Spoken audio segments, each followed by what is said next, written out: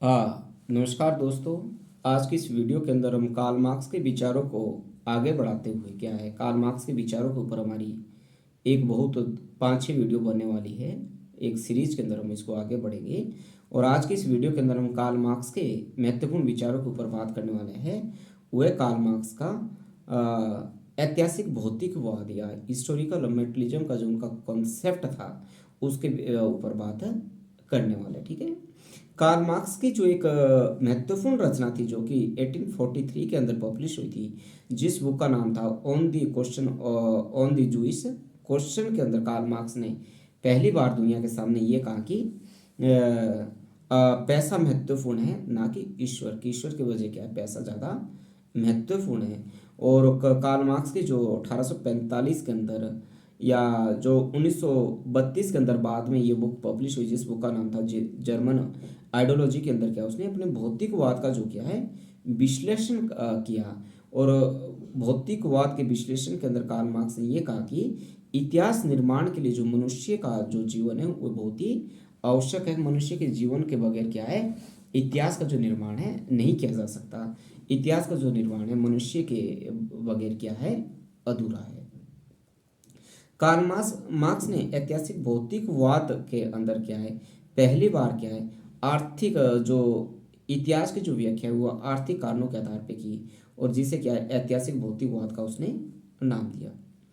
Karl Marx ने जो इतिहास का जो विश्लेषण किया आर्थिक आधार पे किया, और उसने ये कहा कि जब से इस सृष्टि का सृजन हुआ या इस धरती पे मानव का उदय हुआ तब से लेके आज तक की जो अवस्था रही है वह क्लास स्ट्रगल की रही है, अपने आप में क्या है वर्गीय संघर्ष की रही है। और वर्गीय संघर्ष के तहत क्या है, ये जो विकास की जो प्रक्रिया है, विकास की प्रक्रिया ये आगे बढ़ी है।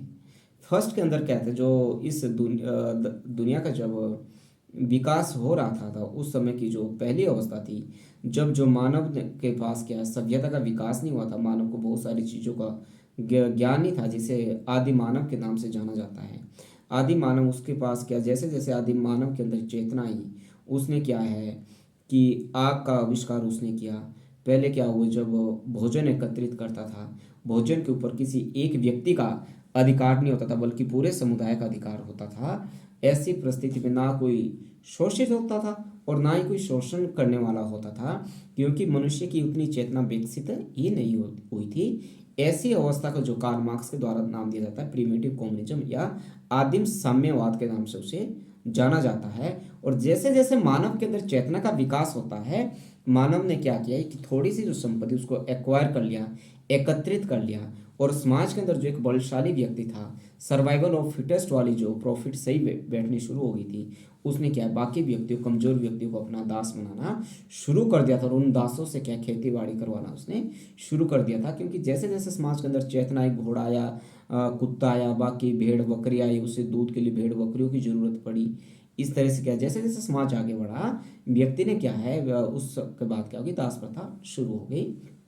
और इस दास प्रथा के अंदर भी क्या है क्लास स्ट्रगल चलता रहा, ठीक है, क्योंकि दासों और मालिकों के बीच क्या है संघर्ष चलता रहा। और जो इस अवस्था के अंदर भी क्या है, जो काम करने वाला जो वर्ग था उसकी विजय हुई, और दास प्रथा को खत्म करके बाद जो एक नई अवस्था आई, जिसको वो कार्ल मार्क्स सामंतवादी युग कह रहा कि सामंतवादी युग के अंदर क्या मोड ऑफ जो प्रोडक्शन था, मोड ऑफ प्रोडक्शन के अंदर जो खास तौर से एग्रीकल्चर था, खेती बाड़ी थी, खेती बाड़ी के ऊपर भी क्या है कि कुछ एक सामंतवादी के अंदर की कुछ एक व्यक्तियों का क्या है उत्पादन के संसाधनों पर नियंत्रण था, कृषि पर नियंत्रण था।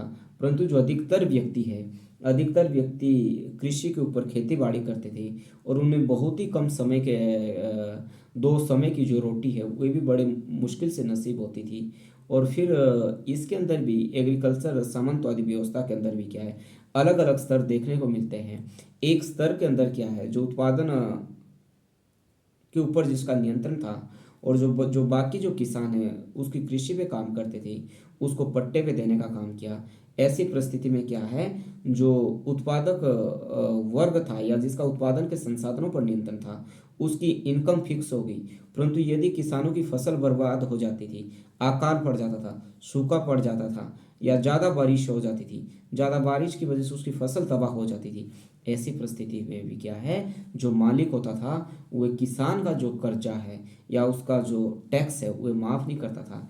ऐसी अवस्था के अंदर भी क्या है, जो किसानों का शोषण किया जाता था और किसानों ने यूनाइट होके, एकत्रित होके इस शोषण से मुक्ति पाई और एक नए तरह का जो समाज है वो विकसित हुआ। और उस समय जो मोड ऑफ प्रोडक्शन था, जो कि एग्रीकल्चर का सामंतवादी के अंदर था, उसके बाद क्या है, इंडस्ट्रियलाइजेशन का जो दौर है, औद्योगिकरण का जो दौर है, वह शुरू हो गया। कार्ल मार्क्स का ये मानना है कि जो प्रत्येक अवस्था है वो पुरानी अवस्था से, जो नई अवस्था होती है वो पुरानी अवस्था से क्या होती है, बेहतर होती है। परंतु जो पूंजीवादी वर्ग के अंदर क्या होता है कि पूंजी के ऊपर, कैपिटल के ऊपर कुछ एक व्यक्तियों का नियंत्रण स्थापित हो जाता है और जो बाकी व्यक्तियों की जो भूमिका है वो एक मजदूर के रूप में रहती है।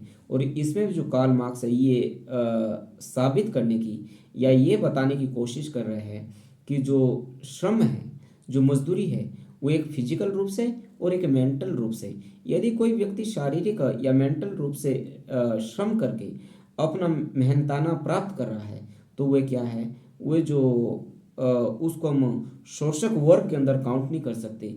शोषक वर्ग के अंदर उस व्यक्ति को काउंट किया जाएगा जो कि सरप्लस वैल्यू की कमाई को खाता है। मजदूर की क्या है, ऐसी कमाई जिसके ऊपर मजदूरों का अधिकार होना चाहिए था, परंतु क्या है, जो वह कमाई है जिसके ऊपर मजदूरों का अधिकार होना चाहिए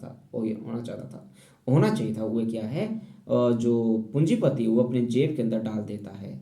जिससे क्या, जो पूंजीपति वो दिन प्रतिदिन क्या है, पूंजीपति बनता जाता है और जो मजदूर वर्ग है वह क्या है, लगातार जो उसकी स्थिति वो दयनीय होती जाती है।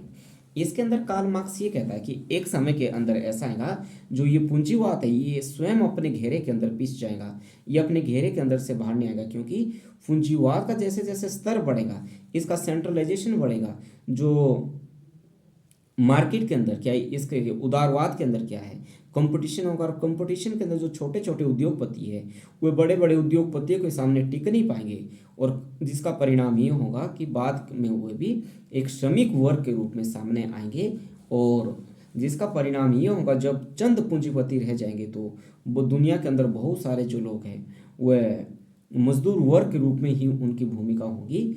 वह ऐसी अवस्था के खिलाफ भी विद्रोह कर देंगे और विद्रोह के बाद क्या है, कुछ समय तक क्या है, साम्यवादी राज्य की समाजवादी राज्य की स्थापना की जाएगी। ऐसा राज्य जहाँ पे उत्पादन के संसाधनों पर राज्य का नियंत्रण होगा, ठीक है। और ऐसी अवस्था के अंदर प्रत्येक व्यक्ति को उसकी क्षमता के अनुसार काम करवाया जाएगा और उसकी आवश्यकता के अनुसार क्या उसको मेहनताना दिया जाएगा। परंतु उससे जो अगली अवस्था होगी वह क्या, साम्यवादी अवस्था होगी, ऐसा कार्ल मार्क्स का मानना है। कार्ल मार्क्स ने अपने दर्शन के अंदर पहली बार क्या है, इतिहास का जो आर्थिक रूप से विश्लेषण करने का काम किया है।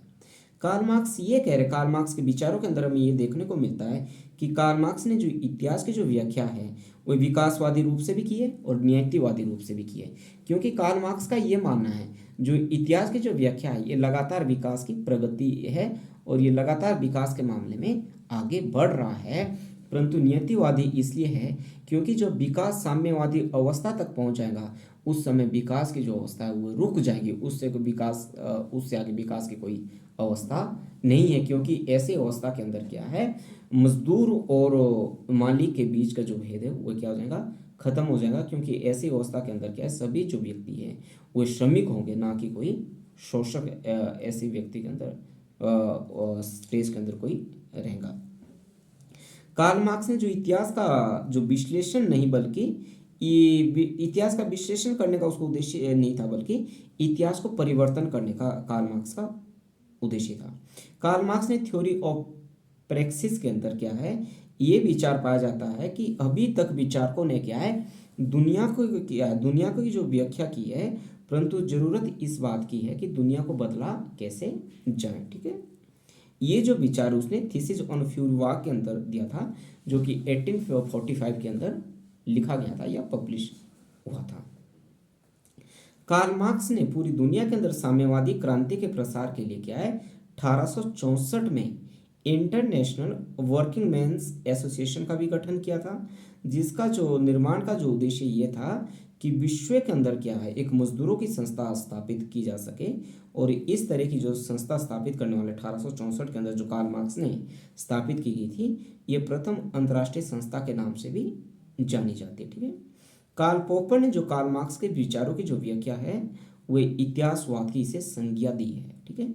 और कार्ल मार्क्स ने सामाजिक परिवर्तन के लिए सामाजिक परिवर्तन के लिए क्या सोशल इंजीनियरिंग का सिद्धांत दिया है। सोशल इंजीनियरिंग के माध्यम से क्या हुआ समाज परिवर्तन की बात कार्ल पॉपर के द्वारा की गई है। हालांकि कार्ल पॉपर के द्वारा क्या है कार्ल मार्क्स, हीगल और प्लेटो को मुक्त समाज का दुश्मन भी बताया गया है। ऐतिहासिक भौतिकवाद के अंदर क्या है कार्ल मार्क्स ने फ्यूरवाद की भी क्या है आलोचना की है। फ्यूरवाद की आलोचना के अंदर कार्ल मार्क्स क्या कह रहे हैं कि जो फ्यूरमा के जो भौतिकवाद है अपने आप में क्या है भद्दा भौतिकवाद है। ठीक है। अपने आप में क्या भौतिक भद्दा भौतिकवाद है, क्योंकि फ्यूरवाद के जो अनुसार था भौतिक तत्व क्या है कारण है तथा चेतना का ही अपने आप में परिणाम है। जबकि मार्क्स ने क्या माना, मार्क्स ने ये माना कि भौतिक तत्व एवं चेतना के बीच का जो संबंध होता है ये द्वंद्वात्मक होता है, डायलेक्टिकल संबंध इसके बीच पाया जाता है। मार्क्स का जो सिद्धांत एवं व्यवहार की एकता पर मार्क्स का बल रहा है। तो दोस्तों इस वीडियो के अंदर क्या हमें कार्ल मार्क्स के ऐतिहासिक भौतिकवाद को आसान भाषा के अंदर और शॉर्ट टाइम के अंदर समझने की कोशिश की। आपसे फिर से ये अपील है कि आप मेरे चैनल को वीरेंद्र एचपी को लाइक करें, शेयर करें और सब्सक्राइब जरूर करें। Thank you.